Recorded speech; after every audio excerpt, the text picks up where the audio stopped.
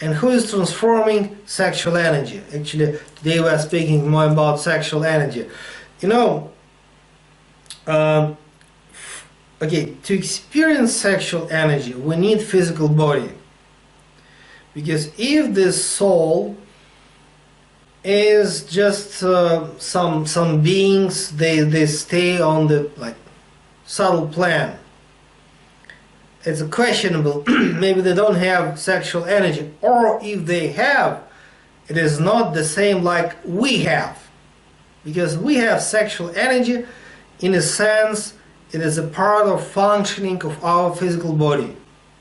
Yeah, like actually in our previous video already, we discussed like the sexual energy. It's also part of our spirit, yes? Sexual energy. We may say that everything is consciousness, and it means sexual energy is a part of consciousness. We cannot call it spirit, we can call it God, we can call it absolute consciousness, and the sexual energy is the part of this. And it has many purposes: to produce children, to become more healthy for the long life, you know, all social, scientific and creative breakthrough experiences happen because of sexual energy, and even meditation and kundalini happen because of sexual energy. So-called lower part of sexual energy, I don't like to say to call it lower part, because immediately we create a picture of sinful things, yeah? But yes, even lower aspect of kundalini is also goddess, because the sex itself is divine. The process of sex is divine. When we produce children is a divine creation. So that's the reason why, in our language we sometimes may say like upper and lower, and immediately think about the upper part is the Holy Spirit and the saints, and the lower part is like for the sinners. But it's not like that. But anyway, that's in a Vedic tradition, everything related with this or that goddess. For example, you take food, you have Annapurna Devi, goddess of food. You know, if we speak about all that female cycles, there are aspects of Kali who are about that. You know, the Vedic culture, it has for everything some symbolical god or goddesses, and all of them are divine. You know, but the problem is, of course, if we know the ultimate purpose of this, we are forgetting.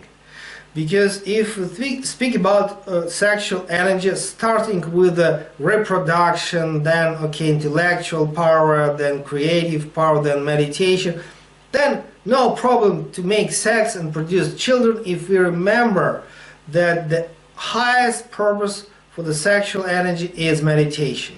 But if people forgetting or just don't know about highest purpose for the sexual energy, which is meditation, which is prayer, they just don't know about it, and they just know simple animal stuff, like it's cool, it's primitive joy, ecstasy, and let us get it more.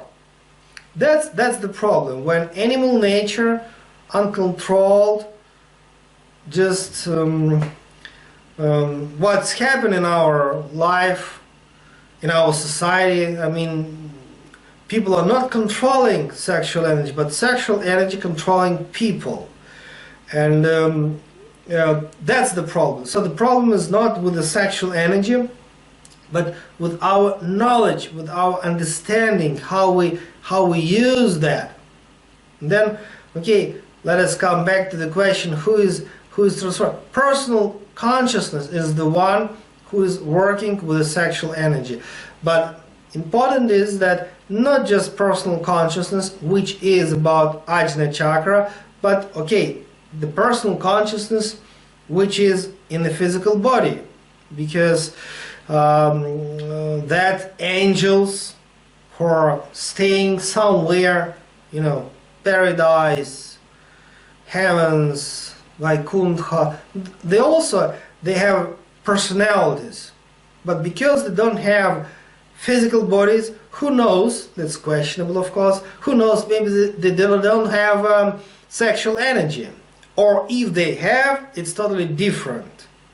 But we as a human beings, we have physical body, and an extremely important part of functioning of this physical body is sexual energy. And